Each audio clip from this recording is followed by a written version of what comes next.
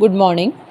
നമ്മളിപ്പോൾ രണ്ട് ടൈപ്പ് സെല്ലുകൾ പഠിച്ചു കഴിഞ്ഞു, പ്രൈമറി സെല്ലും സെക്കൻഡറി സെല്ലും. ഇനി ഇത് രണ്ട് വിഭാഗത്തിലും പെടാത്ത ഒരു പ്രത്യേക ടൈപ്പ് സെല്ലുകളെയാണ് നമ്മൾ ഫ്യൂവൽ സെൽസ് എന്ന് പറയുക. അപ്പോൾ നമ്മുടെ എക്സാമിനേഷൻ പോയിൻ്റ് ഓഫ് വ്യൂവിൽ നോക്കുകയാണെങ്കിൽ വളരെ ഇമ്പോർട്ടൻ്റ് ആയിട്ടുള്ള സെല്ലുകളാണ് ഫ്യൂവൽ സെൽസ്. നമുക്ക് പ്രൈമറി സെല്ലും സെക്കൻഡറി സെല്ലും ചോദിക്കുന്നതിനേക്കാളും ഏറ്റവും കൂടുതൽ തവണ റിപ്പീറ്റഡ് ആയിട്ട് ചോദിച്ചിട്ടുള്ളത് ഫ്യൂവൽ സെല്ലാണ്. മിക്കവാറും ഓൾട്ടർനേറ്റീവ് ഇയേഴ്സിലെ എക്സാമിന് സ്ഥിരമായിട്ട് ചോദിക്കുന്നതാണ് ഫ്യൂവൽ സെൽസ്. വളരെ സിമ്പിളുമാണ് ഫ്യൂവൽ സെല്ല് പഠിക്കാനായിട്ട്. നമ്മൾ പ്രൈമറി സെല്ലിനും സെക്കൻഡറി സെല്ലിനും പറഞ്ഞ പോലെ തന്നെ ഇതിനും കാഥോഡും ആനോഡും ഇലക്ട്രോലൈറ്റും ഉണ്ട്. അപ്പോൾ ആദ്യം നമ്മൾ അത് പറയണം. ഇനി എന്താണ് fuel cell? The energy produced by the combustion of fuels that is converted into electrical energy. ഈ ഫ്യൂവൽസിൻ്റെ കമ്പസ്റ്റൻ കൊണ്ടുണ്ടാകുന്ന എനർജി ഇലക്ട്രിക്കൽ എനർജി ആയിട്ട് കൺവേർട്ട് ചെയ്യുന്ന സെല്ലുകളെയാണ് നമ്മൾ ഫ്യൂവൽ സെൽസ് എന്ന് പറയുന്നത്. അപ്പോൾ നമ്മളോട് അതിൻ്റെ ഡെഫിനേഷനൊക്കെ ചോദിക്കാറുണ്ട്, അപ്പോൾ അത് പ്രത്യേകം പഠിക്കണം. Energy produced by the combustion of the fuels converted into the chemical energy, അങ്ങനെയുള്ള സെല്ലുകളെയാണ് നമ്മൾ ഫ്യൂവൽ സെൽസ് എന്ന് പറയുന്നത്. അപ്പോൾ അതിനൊരു എക്സാമ്പിളാണ് ഹൈഡ്രജൻ ഓക്സിജൻ ഫ്യൂവൽ സെൽ എന്ന് പറയുന്നത്. ഏറ്റവും ഇമ്പോർട്ടൻ്റ് ആയിട്ടുള്ള എക്സാമ്പിളാണ്. ഒന്ന് രണ്ട് ഫ്യൂവൽ സെല്ലുകളും കൂടി ഉണ്ട്, പക്ഷേ ഏറ്റവും ഇമ്പോർട്ടൻ്റ് ആയിട്ടുള്ളത് ഹൈഡ്രജൻ ഓക്സിജൻ ഫ്യൂവൽ സെല്ലാണ്. ഇതാണ് നമ്മളോട് സ്ഥിരമായിട്ട് എക്സാമിന് ചോദിക്കുന്നത്. അപ്പോൾ അതിൻ്റെ ഒരു പിക്ചറാണ്, ശരിക്കുള്ള 3 ഡയമെൻഷണൽ പിക്ചറല്ല, നമുക്ക് മനസ്സിലാവാനായിട്ടുള്ള സിമ്പിളായിട്ടുള്ള പിക്ചറാണ്. നിങ്ങളോട് ഫ്യൂവൽ സെല്ല് ചോദിക്കുമ്പോൾ ഈ പിക്ചർ വരച്ച് നിങ്ങൾ പാർട്സ് അടയാളപ്പെടുത്തിയാലും നമുക്ക് ഫുൾ മാർക്ക് കിട്ടാറുണ്ട്. അപ്പോൾ ഹൈഡ്രജൻ ഓക്സിജൻ ഫ്യൂവൽ സെല്ലിൽ നമ്മൾ നോക്കുക, ഇതിൽ നമ്മൾ ഇപ്പോൾ ഈ പിക്ചർ കണ്ടോ, ഇതാണ് ഇതിൻ്റെ ഒരു എക്സ്പെരിമെൻ്റൽ സെറ്റപ്പ്. ഇതിൽ പോറസ് കാർബൺ ഇലക്ട്രോഡ്സ് എന്ന് പറയും, ഇതെവിടെ എഴുതിയിരിക്കുന്നുണ്ട്, അതാണ് നമ്മുടെ കാഥോഡും ആനോഡും. ഇത് കണ്ട് ഈ നന്നായി ഡാർക്കൺ ചെയ്തിരിക്കുന്നത്. ഇപ്പോൾ പോറസ് എന്ന് പറഞ്ഞാൽ ചെറിയ ചെറിയ പോർസ് ഉള്ളത്, സുഷിരങ്ങളുള്ളത്. അപ്പോൾ ഈ പോറസ് കാർബൺ ഇലക്ട്രോഡ്സ് ആണ് കാഥോഡും ആനോഡും. അതായത് കാഥോഡ് പോസിറ്റീവ് ചാർജ് ഉള്ളത്, ആനോഡ് നെഗറ്റീവ് ചാർജ് ഉള്ളത്. അതിൽ നമ്മൾ കുറച്ച് കാറ്റലിസ്റ്റ് മിക്സ് ചെയ്തിട്ടുണ്ടാവും. പ്ലാറ്റിനം, പലേഡിയം അങ്ങനെയുള്ള മെറ്റൽസാണ് കാറ്റലിസ്റ്റായിട്ട് ഉപയോഗിക്കുന്നത്. അപ്പോൾ ആനോഡും കാഥോഡും സെയിം ആണ്, പോറസ് കാർബൺ ഇലക്ട്രോഡ്സ്. ഇനി ഇലക്ട്രോലൈറ്റ് ഇത് ഇവിടെ കാണിച്ചിരിക്കുന്നു, സോഡിയം ഹൈഡ്രോക്സൈഡ് അല്ലെങ്കിൽ പൊട്ടാസ്യം ഹൈഡ്രോക്സൈഡ്, അതാണ് ഇലക്ട്രോലൈറ്റ്. ഇനി നമ്മൾ എന്താ ചെയ്യണമെന്ന് വെച്ചിട്ടുണ്ടെങ്കിൽ, ആനോഡിക്കൂടെ ഹൈഡ്രജൻ ഗ്യാസും ബബിളിയും കാഥോഡിക്കൂടെ ഓക്സിജൻ ഗ്യാസും ബബിളിയും, അതാണ് നമ്മുടെ ഫ്യൂവൽ സെല്ലിൻ്റെ സെറ്റപ്പ്. ഈ ഓക്സിജൻ ഗ്യാസും ഹൈഡ്രജൻ ഗ്യാസും ഇതിൽ കടത്തിവിടും. അപ്പോൾ ആനോഡിൽ ഹൈഡ്രജൻ ഓക്സിഡേഷനും കാഥോഡിൽ ഓക്സിജൻ റിഡക്ഷനും നടക്കും. അങ്ങനെ നമുക്ക് ബൈ പ്രൊഡക്റ്റായിട്ട് വാട്ടർ കിട്ടും. അപ്പോൾ നമുക്ക് ഫ്യൂവൽ സെല്ലിൻ്റെ റിയാക്ഷൻ നോക്കാം. ആനോഡിൽ ഓക്സിഡേഷൻ, ഓക്സിഡേഷൻ റിയാക്ഷനാണിത്. ഹൈഡ്രജനും OH- ചേർന്ന് വാട്ടറും 4 ഇലക്ട്രോണും ഉണ്ടാവും. കാഥോഡിൽ ഓക്സിജൻ റിഡക്ഷൻ, ആ വാട്ടറും ഇലക്ട്രോണുമായിട്ട് ചേർന്നിട്ട് ഹൈഡ്രോക്സിൽ അയോൺസ് ഉണ്ടാവും. അപ്പോൾ നിങ്ങളിതിൻ്റെ ഓവറോൾ റിയാക്ഷൻ എഴുതി നോക്കിക്കഴിഞ്ഞാൽ ഇതൊക്കെ വെട്ടിപ്പോയി കഴിഞ്ഞിട്ട് നമുക്ക് 2H2 + O2 gives 2H2O, water ഉണ്ടാവുന്നതാണ് ഇതിൻ്റെ ഓവറോൾ റിയാക്ഷൻ. അപ്പോൾ പലപ്പോഴും നമ്മളോട് ഫ്യൂവൽ സെല്ലിൻ്റെ കാഥോഡ് റിയാക്ഷനും ആനോഡ് റിയാക്ഷനും ചോദിക്കാറുണ്ട്. എങ്ങനെ റിയാക്ഷൻ ചോദിച്ചാലും നിങ്ങൾ ഈ ഓവറോൾ റിയാക്ഷൻ എഴുതിയ ഫുൾ മാർക്കാണ്. അപ്പോൾ ഓവറോൾ റിയാക്ഷൻ എല്ലാവർക്കും എഴുതാൻ പറ്റും, ഒരു ബുദ്ധിമുട്ടും ഇല്ല. കാരണം വാട്ടർ ഉണ്ടാവുന്ന റിയാക്ഷനാണ് ഫ്യൂവൽ സെല്ലിൻ്റെ overall reaction. 2H2 + O2 gives 2H2O, അതാണ് വാട്ടർ ഉണ്ടാവുന്ന റിയാക്ഷൻ. ഇതാണ് ഫ്യൂവൽ സെല്ലിൻ്റെ ഓവറോൾ റിയാക്ഷൻ. അപ്പോൾ നിങ്ങൾ ആനോഡിൽ ഹൈഡ്രജൻ ഓക്സിഡേഷനും കാഥോഡിൽ ഓക്സിജൻ റിഡക്ഷൻ എന്നും പറഞ്ഞാൽ മതി. അത് കഴിഞ്ഞ് വാട്ടർ ഉണ്ടാവുന്ന റിയാക്ഷനാണ് നമ്മുടെ ഓവറോൾ റിയാക്ഷൻ. ഇനി ഇതിൻ്റെ പൊട്ടൻഷ്യൽ 0.9 വോൾട്ടാണ്. ഫ്യൂവൽ സെൽസ് കൂടുതലും നമ്മൾ സ്പേസ് പ്രോഗ്രാംസിനാണ് ഉപയോഗിക്കുക. സ്പേസ് ഷട്ടിലൊക്കെ ഉണ്ട്, അപ്പോളോ സ്പേസ് പ്രോഗ്രാം. അപ്പോൾ അതിൻ്റെ ഒരു പ്രത്യേകത എന്താണെന്ന് വെച്ചിട്ടുണ്ടെങ്കിൽ, നമുക്കിവിടെ ബൈ പ്രൊഡക്റ്റ് ആയിട്ട് ഉണ്ടാവുന്നത് വാട്ടറാണ്. അപ്പോൾ ഈ വാട്ടർ ഡ്രിങ്കിങ് പർപ്പസിന് ഉപയോഗിക്കുക എന്നാണ് പറയുന്നത്. ഇപ്പോൾ നിങ്ങൾ കേട്ടിട്ടുണ്ടാവും, ഈ സ്പേസ് ഷട്ടിലൊക്കെ 6 മാസം താമസിച്ചു അങ്ങനെയൊക്കെ. അപ്പോൾ അങ്ങനെ പോയിട്ട് താമസിക്കുമ്പോൾ അവർക്ക് വേറെ വെള്ളം കൊണ്ടുപോകേണ്ടതാണ്. ഇതിൻ്റെ ബൈ പ്രൊഡക്റ്റ് ആയിട്ട് വരുന്നത് വാട്ടറാണ്. അപ്പോൾ അതുകൊണ്ട് സ്പേസ് പ്രോഗ്രാംസിലാണ് ഫ്യൂവൽ സെൽസ് കൂടുതൽ ഉപയോഗിക്കുന്നത്. ഇനി വേറെ ഫ്യൂവൽ സെൽസിൻ്റെ എക്സാമ്പിളാണ് methane oxygen fuel cell, methanol oxygen fuel cell.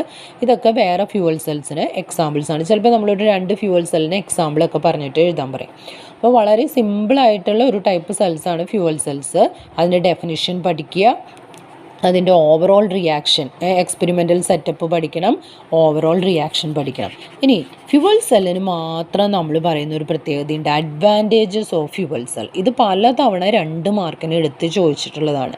എന്തൊക്കെയാണ് അഡ്വാൻറ്റേജസ്?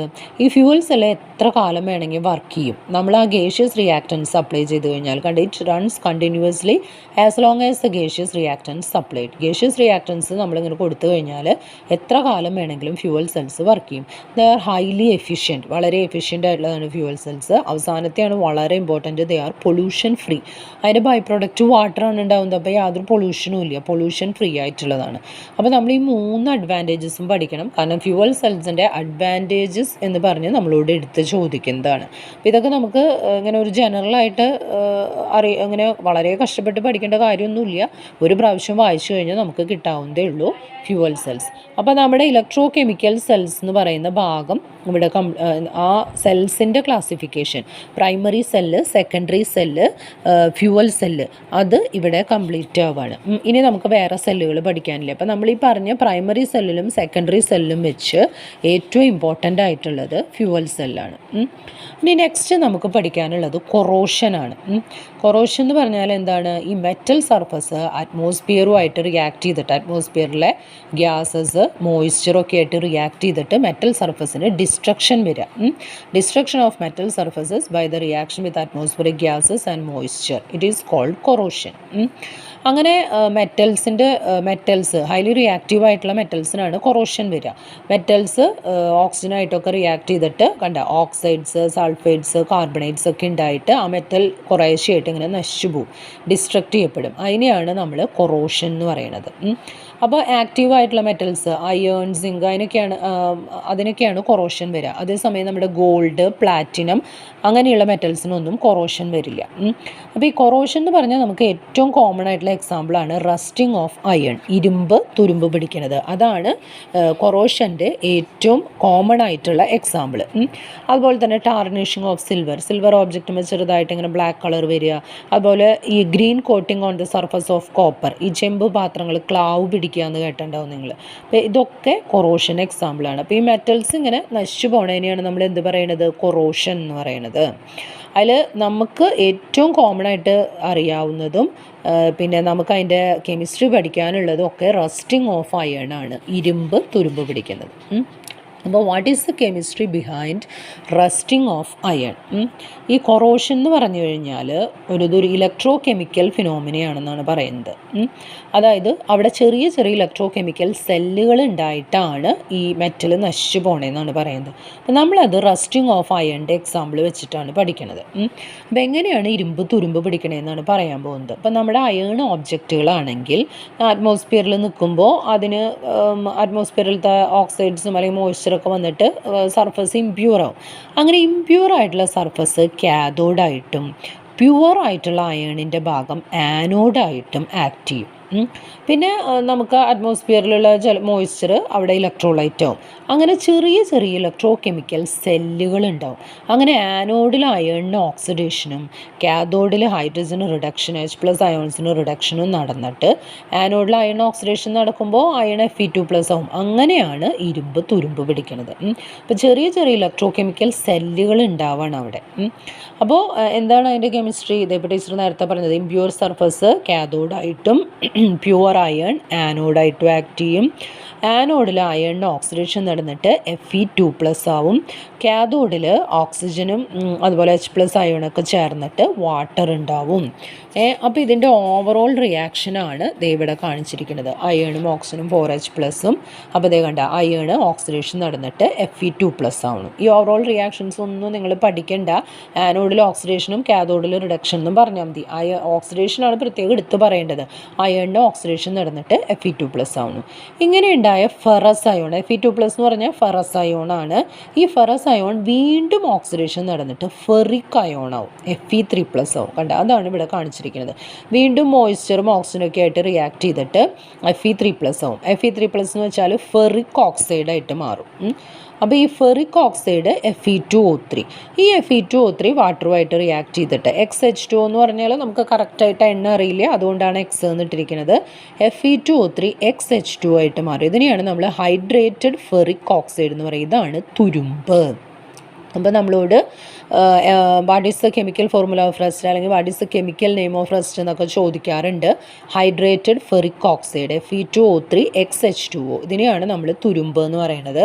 ഇതാണ് Fe2O3 XH2O, അതാണ് തുരുമ്പിൻ്റെ കെമിക്കൽ ഫോർമുല റസ്റ്റ് എന്ന് പറയുന്നത്. അപ്പോൾ ഇതിൻ്റെ കെമിസ്ട്രി ചോദിക്കുമ്പോൾ നമ്മൾ ഇത്രയേ പറയുള്ളൂ. ഇംപ്യൂർ സർഫസ് കാഥോഡായിട്ടും പ്യുവർ അയൺ ആനോഡായിട്ടും ആക്ട് ചെയ്യും. ആനോഡിൽ അയണിന് ഓക്സിഡേഷൻ നടന്ന Fe2+ ആവും. വീണ്ടും ഓക്സിഡേഷൻ നടന്നിട്ട് Fe2+, Fe3+ ആവും. അതായത് അയൺ ഫെറസ് ആവും, പിന്നെ ഫെറിക് ആവും. ഈ ഫെറിക് അയോൺസ് ഓക്സിജനും വാട്ടറുമായിട്ട് റിയാക്ട് ചെയ്തിട്ട് ഹൈഡ്രേറ്റഡ് ഫെറിക് ഓക്സൈഡ് ഉണ്ടാവും, Fe2O3 XH2O. അതിനെയാണ് നമ്മൾ തുരുമ്പ് എന്ന് പറയുന്നത്. അങ്ങനെയാണ് അയൺ നശിച്ചു പോണത്. അല്ലാതെ കെമിക്കൽ റിയാക്ഷൻസ് ഒന്നും ഒരാളും പഠിക്കേണ്ട, ഇതുപോലെ എക്സ്പ്ലനേഷൻ പഠിച്ചാൽ മതി. അയണിന് ഉണ്ടാവുന്നത് കെമിക്കൽ റിയാക്ഷൻ എഴുതാൻ പറഞ്ഞാലും നിങ്ങൾ ഈ എക്സ്പ്ലനേഷൻ എഴുതിയാൽ മതി. വേണമെങ്കിൽ ഏറ്റവും അവസാനത്തെ റിയാക്ഷൻ എഴുതാം, അത് എളുപ്പമാണ്. Fe2O3 അയൺ ഓക്സൈഡും XH2 കൂടി റിയാക്ട് ചെയ്യുമ്പോൾ Fe2O3 XH2 ഉണ്ടാവാം. അപ്പോൾ ഇതാണ് റസ്റ്റിങ്ങിൻ്റെ പിന്നിലുള്ള കെമിസ്ട്രി. ഇത് നമ്മളോട് 2 മാർക്കിനൊക്കെ ചോദിക്കാവുന്നതാണ്. എന്താണ് ഇലക്ട്രോ കെമിക്കൽ ഫിനോമിന, റസ്റ്റിങ്ങിൻ്റെ പിന്നിലുള്ള ഇലക്ട്രോ കെമിക്കൽ ഫിനോമിന എന്താണെന്ന് നമ്മളോട് ചോദിക്കാവുന്നതാണ്. ഇനി നമുക്ക് എങ്ങനെയാണ് നമ്മൾ ഈ കൊറോഷൻ പ്രിവെൻറ്റ് ചെയ്യുക. കൊറോഷൻ പ്രിവെൻറ്റ് ചെയ്യാനുള്ള കാര്യങ്ങളൊക്കെ നിങ്ങൾക്ക് അറിയാവുന്നതാണ്. ബാരിയർ പ്രൊട്ടക്ഷൻ, നമ്മളൊരു തടസ്സം ഉണ്ടാക്കുക ആ അയൺ ഒബ്ജക്റ്റൊക്കെ ആയിട്ട്. എങ്ങനെയാണ് നമ്മൾ പെയിൻ്റ് അടിക്കുക അല്ലെങ്കിൽ ഗ്രീസ് കൊടുക്കുക, അങ്ങനെയുള്ള കാര്യങ്ങൾ ചെയ്ത് കഴിഞ്ഞാൽ പെട്ടെന്ന് അറ്റ്മോസ്ഫിയറായിട്ട് കോണ്ടാക്റ്റ് വരില്ല. നമ്മൾ അയൺ ഒബ്ജക്റ്റുകളൊക്കെ പെയിൻ്റ് അടിക്കുമല്ലോ, അതിനെയാണ് ബാരിയർ പ്രൊട്ടക്ഷൻ എന്ന് പറയുന്നത്. രണ്ടാമത്തേത് സാക്രിഫിഷ്യൽ പ്രൊട്ടക്ഷൻ. അതായത് നമ്മൾ അയൺ ഒബ്ജക്റ്റുകൾക്കൊക്കെ അതിലും കൂടുതൽ റിയാക്റ്റീവായിട്ടുള്ള മെറ്റലിൻ്റെ ഒരു കോട്ടിങ് കൊടുക്കുക. എക്സാമ്പിൾ ഗാൽവനൈസേഷൻ വിത്ത് സിങ്ക്, അയണിന് ചുറ്റും സിങ്കിൻ്റെ ഒരു ലെയർ കൊടുക്കുക. അപ്പോൾ സിങ്ക് പെട്ടെന്ന് റിയാക്ട് ചെയ്യണതാണ്, അപ്പോൾ അത് നശിച്ചു പോക്കോളും, ഉള്ളിൽ അയൺ സേഫ് ആയിട്ടിരിക്കും. അപ്പോൾ സിങ്കാണ് സാക്രിഫൈസ് ചെയ്യണത്, അതുകൊണ്ടാണ് ഇതിന് സാക്രിഫിഷ്യൽ പ്രൊട്ടക്ഷൻ എന്ന് പറയുന്നത്. ഇത് 1 മാർക്കിനൊക്കെ നമ്മളോട് ഗാൽവനൈസേഷൻ ഉപയോഗിക്കുന്ന മെറ്റൽ ഏതാണെന്നൊക്കെ ചോദിക്കാറുണ്ട്. നമ്മൾ അയൺ ഒബ്ജക്റ്റ് ഗാൽവനൈസേഷൻ നടത്താനായിട്ട് നമ്മൾ സിങ്കാണ് ഉപയോഗിക്കുക. ഇനി മൂന്നാമത്തെയാണ് കാഥോഡിക് പ്രൊട്ടക്ഷൻ. ഇവിടെ നമ്മൾ പ്രൊട്ടക്റ്റ് ചെയ്യപ്പെടേണ്ട മെറ്റൽ കാഥോഡാക്കി മാറ്റുക. നമുക്കറിയാം ആനോഡാണ് ഓക്സിഡേഷൻ നടന്നിട്ട് എപ്പോഴും നശിച്ചു പോണത്. അപ്പോൾ നമ്മൾ അയണിനെ കാഥോഡാക്കി മാറ്റുക, കൂടുതൽ റിയാക്റ്റീവായിട്ടുള്ള മെറ്റലിനെ ആനോഡാക്കുക. ഇത് കൂടുതലും ചെയ്യണത് വാട്ടർ പൈപ്പുകളിലാണ്. നമ്മുടെ ഭൂമിയുടെ അടിയിൽ കൂടെ പോണ വാട്ടർ പൈപ്പ്സ്, അത് ഇരുമ്പ് കൊണ്ടാണ് കൂടുതലും വാട്ടർ പൈപ്പ്സ്. അപ്പോൾ ഈ